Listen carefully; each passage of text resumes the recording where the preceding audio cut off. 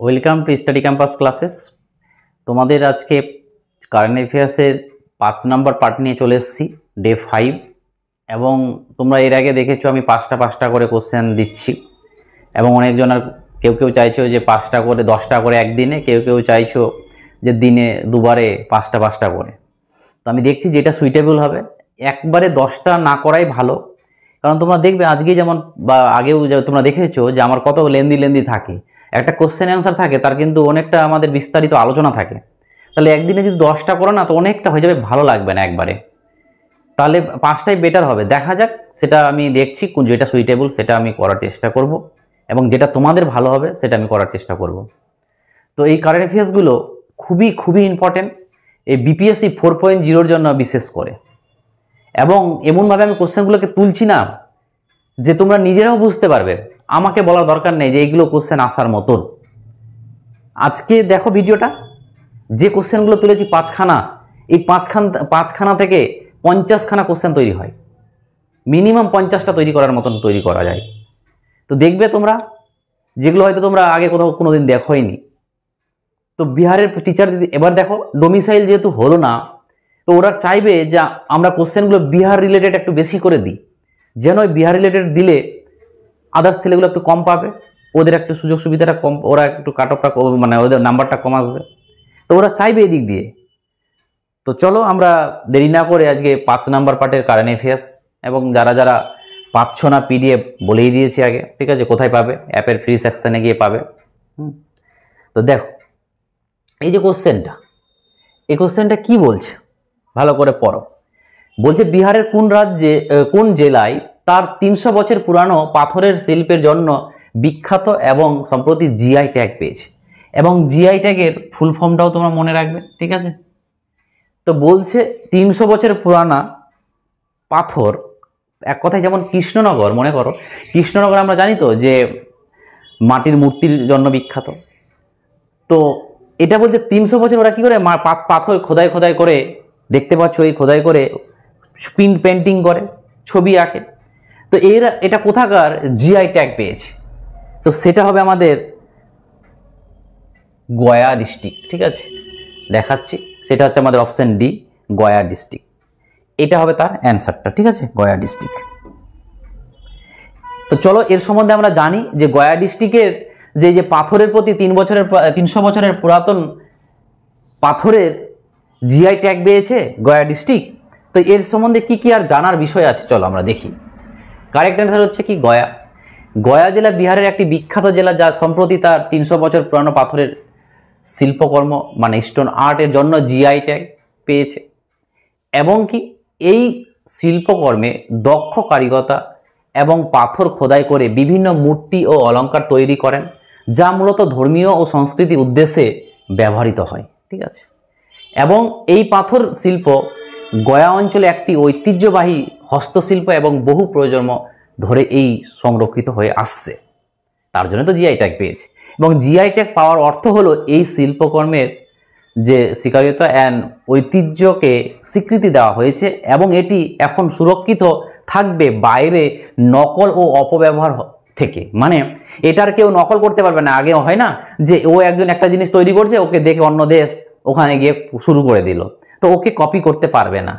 এবং জিআই ট্যাগের আরও গুরুত্ব আছে যে এটি ওই অঞ্চলের অর্থনৈতিক উন্নয়নে সহায়তা করে, মানে হেল্প করে, এবং স্থানীয় কারিগরদের পরিচিতি এবং রোজগার বৃদ্ধি হয়, এবং ঐতিহ্যবাহী শিল্পের সুরক্ষা নিশ্চিত হয়। এবং সংক্ষেপে যদি বলা যায় ওই জিনিসটা যে গয়া জেলার 300 বছরের পুরাতন, এক কথায় গয়া জেলার অ্যান্সারটা সেটাই বলছে। এবং আমি আরও কিছু দিয়েছি যে বিহারের আরও কিছু নতুন, মানে নতুন বলতে যা ট্যাগ জিআই ট্যাগ আছে সেগুলো দেওয়া রয়েছে, তোমরা একটু দেখে নেবে। এখানে হচ্ছে জেলাগুলো, যেমন আমাদের আরার কি পাওয়া গেছে, আরা সরিয়া, তারপরে হচ্ছে ভাগলপুরের রেশম, ভাগলপুরি কাঠি শাড়ি, দেখবে মধুবনী এটা খুব ইম্পর্টেন্ট। এই মধুবনী ডিস্ট্রিক্টে মধুবনী চিত্রকলা পেন্টিং, এটাও জিআই ট্যাগ পেয়েছে, খুব ইম্পর্টেন্ট। পাটনা কলম, ঠিক আছে? এবং মজাপুর শাহী লিচু দেখতেই পাচ্ছ তোমরা। গয়া তিলকুটো আছে। নালন্দা যে মগধি পান, দারভাঙ্গা কাঠের মিথিলা শিল্পী, এবং সীতামারি সে মিথিলা মাকড়া, এবং ছাপড়া সারণ যেটা সাপড়া জিলাচরা, এবং জামুই কাঠারি। তো এগুলো না ইম্পর্টেন্ট জিনিস, বুঝতে পারলে, এগুলো ইম্পর্টেন্ট। এবং এটার সাথে সাথে জিআই ট্যাগ আর একটা পেয়েছে, যেটা আমাদের দেখাতে ভুলে গেছি, এই যে হাজিপুর কোটিটা পেয়েছে, ঠিক আছে। নেক্সট, তো চলো পরের কোশ্চেনে আমরা যাচ্ছি। এটা হলো প্রথম কোশ্চেন। তো তোমাদেরকে দেখিয়ে দিলাম যে প্রথম 300 বছরের পুরাতন কে পেয়েছে, কোন স্টোন পেয়েছে। সেকেন্ড কোশ্চেনে যাচ্ছি আমরা, কি মানে সেকেন্ড বলতে 22 নাম্বার বলছে, বিহারের প্রথম এবং বৃহত্তম বজ্র যে নিষ্পত্তি প্ল্যান্ট কোথায় স্থাপিত হয়েছে। মানে বিহারে যে এই যে আবর্জনা, এই আবর্জনার জন্য একটা প্ল্যান্ট করা হয়েছে, যে প্ল্যান্ট থেকে কিছু ভালো জিনিস তৈরি হবে।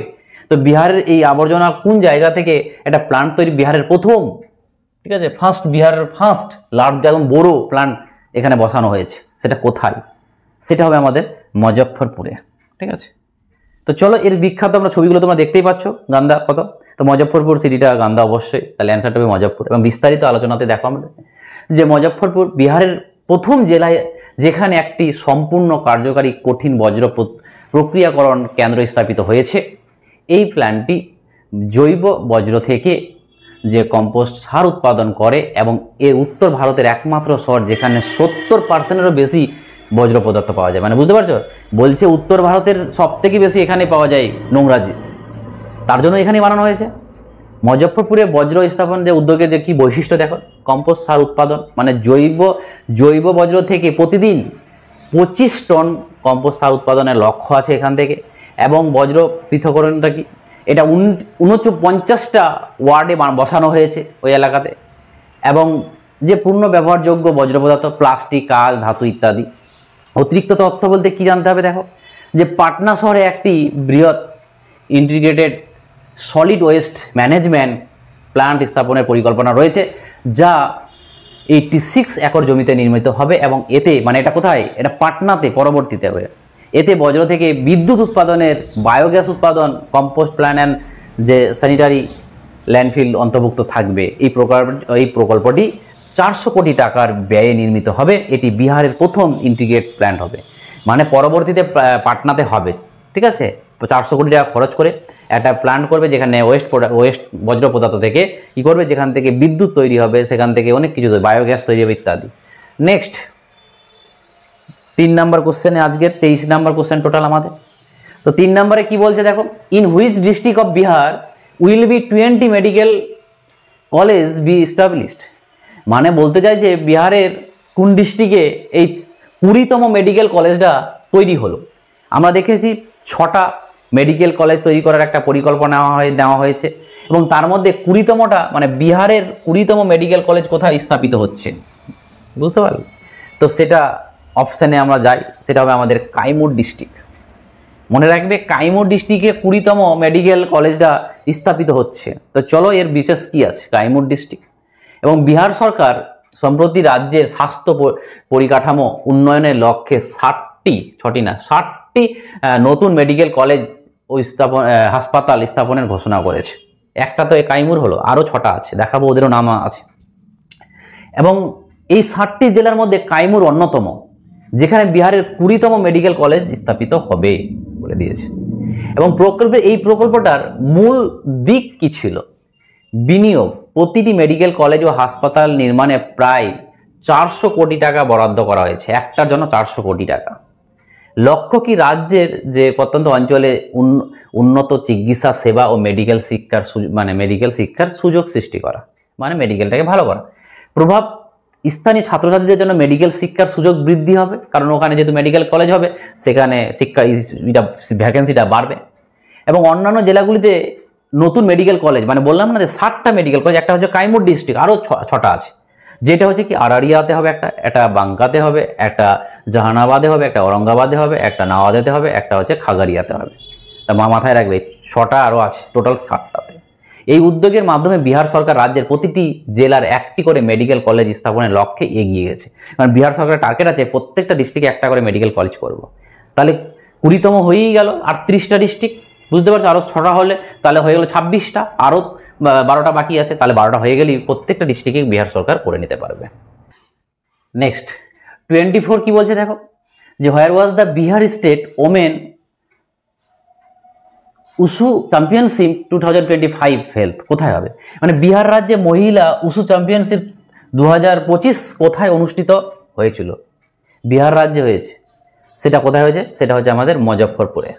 ঠিক আছে, মুজফ্ফরপুর হচ্ছে অ্যান্সারটা। খেলাটা দেখতে পাচ্ছ, মানে তরোয়াল নিয়ে ঘোরাঘুরি কিছু একটা হবে, তোমরা ইউটিউবে দেখে নেবে গেম খেলাটা কি জিনিস, কারণ এগুলো সচরাচর খুব কমই মানুষ জানে। ঠিক আছে, তাহলে এটা মনে রাখবে মুজফ্ফরপুরে হয়েছিল।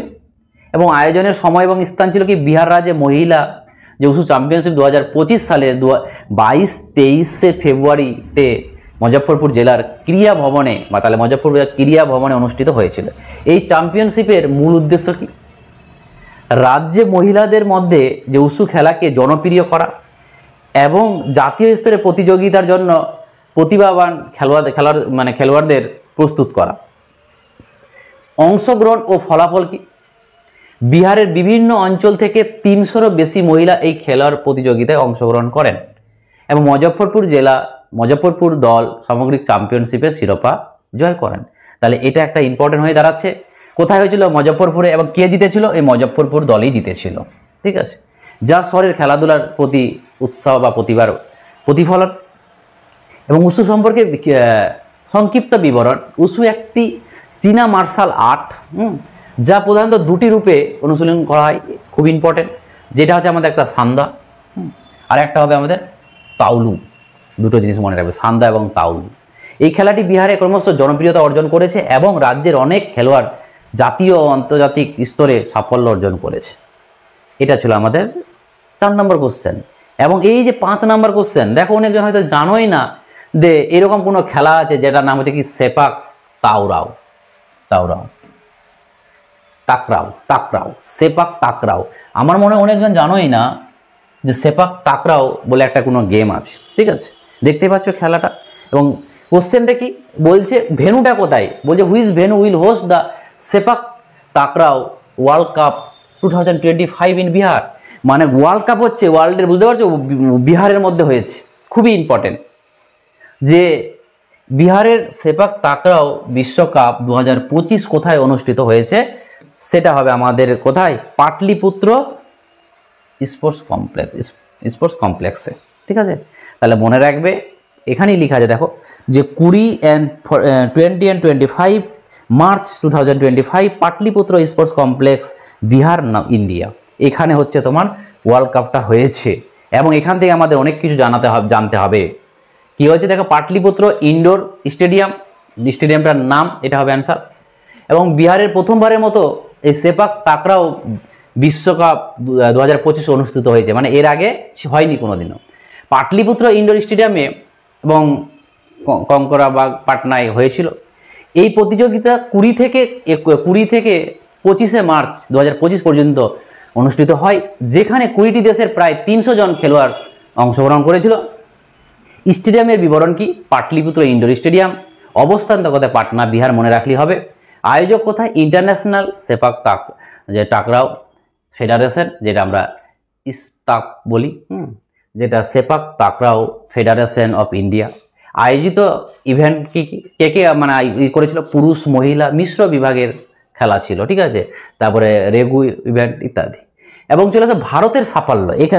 এখানে হচ্ছে আমাদের মেন কোশ্চেনগুলো আসে, যে ইন্ডিয়া কটা মেডেল পেয়েছে, রানার্স কে হয়েছে, কে র্যাঙ্ক প্রথমে আছে।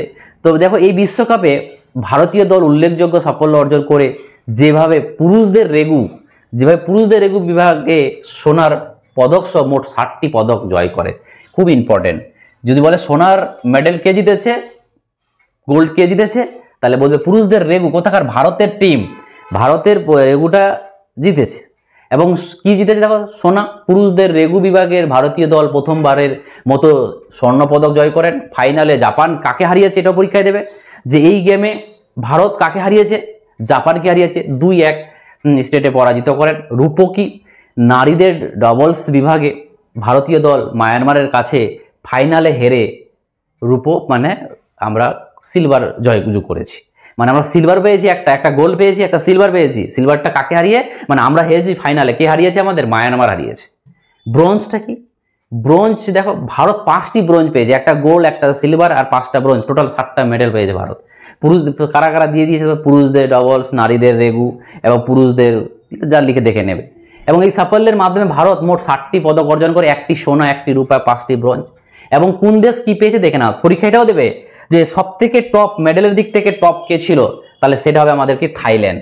থাইল্যান্ড দেখো 3টা গোল্ড পেয়েছিল, 3টা গোল্ড পেয়েছিল, একটা রূপা পেয়েছিল, তারপরে মায়ানমার, তারপরে ভিয়েতনাম, তারপরে ভারত। আমরা 4 নম্বরে আছি। পরীক্ষাও এটাও দিতে পারে যে ইন্ডিয়া এই গেমে কততম র্যাঙ্কে ছিল, 4, প্রথম থাইল্যান্ড, তারপর আমরা 4-এ। আর আমরা কটা পদক জিতেছি, 7টা পদক জিতেছি, ঠিক আছে। এবং এই প্রতিযোগিতায় 21টি দেশ অংশগ্রহণ করে, যার মধ্যে ভারত 4র্থ স্থানে অবস্থান করে। বিহারের গর্ব কি, এই বিশ্বকাপে আয়োজন বিহারের জন্য একটি গর্বের বিষয় ছিল। বিহার সরকার এবং ক্রীড়া মন্ত্রকের যৌথ প্রচেষ্টায় এই আন্তর্জাতিক যে প্রতিযোগিতা সাফল্য সম্পন্ন হয়। বিহারের উপমুখ্যমন্ত্রী সম্রাট চৌধুরী, ক্রীড়ামন্ত্রী যে সুরেন্দ্র মেহতা, পরীক্ষা এটাও মনে রাখবে যে বিহারের ক্রীড়ামন্ত্রী মানে স্পোর্টস মিনিস্টারকে মনে রাখবে। এবার রানার্স দলগুলোকে ট্রফি দিয়েছিল। ওই যে তোমাদের মনে করো একবার যে নীতিশ কুমার জাতীয় সঙ্গীত গান গাইছিল আর হাত পা নড়াচ্ছিল না, যেটা পুরো টোল হয়েছিল যে জাতীয় সঙ্গীত গাইছে আর ও অন্যজনের সঙ্গে কথা বলছে, হাত পা নড়াচ্ছে, এদিক ওদিক করছে। তো এই গেমটা ইসের সময় ছিল, উদ্বোধনের সময় ছিল, ঠিক আছে। তো এটাই ছিল আমাদের আজকে লাস্ট। এবং যাদেরকে ভালো লাগছে তারা কমেন্ট করো, মেসেজ করো এবং লাইক করো এবং শেয়ার করো, ঠিক আছে। এবং অনেকেই সাবস্ক্রাইব করনি, করে নাও। এইরকম দেখতেই পাচ্ছ যে প্রচুর খাটতে হয়। ইংলিশে টাইপিং করাটা খুব ইজি, কিন্তু বাংলায় টাইপিংটা আমার পক্ষে কঠিন, কারো পক্ষে হয়তো ইজি হতে পারে। বাট দুটোই টাইপিং করে দিচ্ছি কেন, কারেন্ট অ্যাফেয়ার্সটা যেন বাংলায় পড়লে না মনে বেশি থাকবে। আমি অন্য নোট পেড ব্যাচে বাংলায় কিচ্ছু পড়াই না, বলি বাংলায়, বাট সব ইংলিশে থাকে, বুঝিয়ে দিই। কিন্তু কেন, কারণ পরীক্ষায় থাকবে ইংলিশে। কিন্তু কারেন্ট অ্যাফেয়ার্সটা আমি তোমাদের বাংলায় কেন করছি, কারণ কারেন্ট অ্যাফেয়ার্সটা যদি ইংলিশে করি না তো অনেক কিছু মনে থাকবে না। কারেন্ট অ্যাফেয়ার্স অনেক পড়তে হবে, কারেন্ট অ্যাফেয়ার্স একটু পড়লেই তো হয়ে যায়, মানে অপশানে তো তোমার থাকবে। তার জন্য কিন্তু কারেন্ট অ্যাফেয়ার্স বাংলায় করছি, যেন তোমাদের কাছে ভালো মাথায় ঢোকে। তো তোমাদের কথায় যখন ভেবে আমি এত কিছু করছি, তো তোমাদেরও ভাবা উচিত। তো যাই হোক, সেশনটাকে শেয়ার করো। তোমরা দেখছো, বুঝতে পারছি, ভালো লাগছে, কমেন্ট করছো এবং আরও করে চাও, কারণ আমি চাইছি যে তোমরা মানুষকে জানাও যে এখানে বিপিএসসি 4.0-র জন্য একটা কারেন্ট অ্যাফেয়ার্সের টপিকটা মানে ভালোভাবে দেওয়া যাচ্ছে। এবং আমি তোমাদের এইটুকু দায়িত্ব নিয়ে বলতে পারি যে পরীক্ষার আগে পর্যন্ত আমি যা করাবো আমি কারেন্ট অ্যাফেয়ার্স, এটাই তোমার কাছে এনাফ হয়ে যাবে এবং ফ্রি অফ কস্টে সবাই পাবে। এবং সবাই তো বলে দিয়েছি পিডিএফ কোথায় পাবে। এবং যারা কোর্স নিতে চাইছো, এটা শুধু কারেন্ট অ্যাফেয়ার্স না, তুমি যদি প্রত্যেকটা টপিক যদি ভালোভাবে পড়তে চাও, তাহলে আমাদের সাথে জয়েন করো। 999 টাকা চলছে, যারা পাচ্ছ জয়েন করো। এবং যারা আছো তাদের ভালোভাবে পড়াশোনা করো, যারা কোর্স নিয়েছো বা যা করোনি। কারণ বিপিএসসি 4.0-তে হাই কাট অফ হবে, এটা সবাই জানে। তুমি পড়লে পারবে, না হলে কিন্তু চাপ খাবে। তো চলো, থ্যাংক ইউ, আবার দেখা হবে।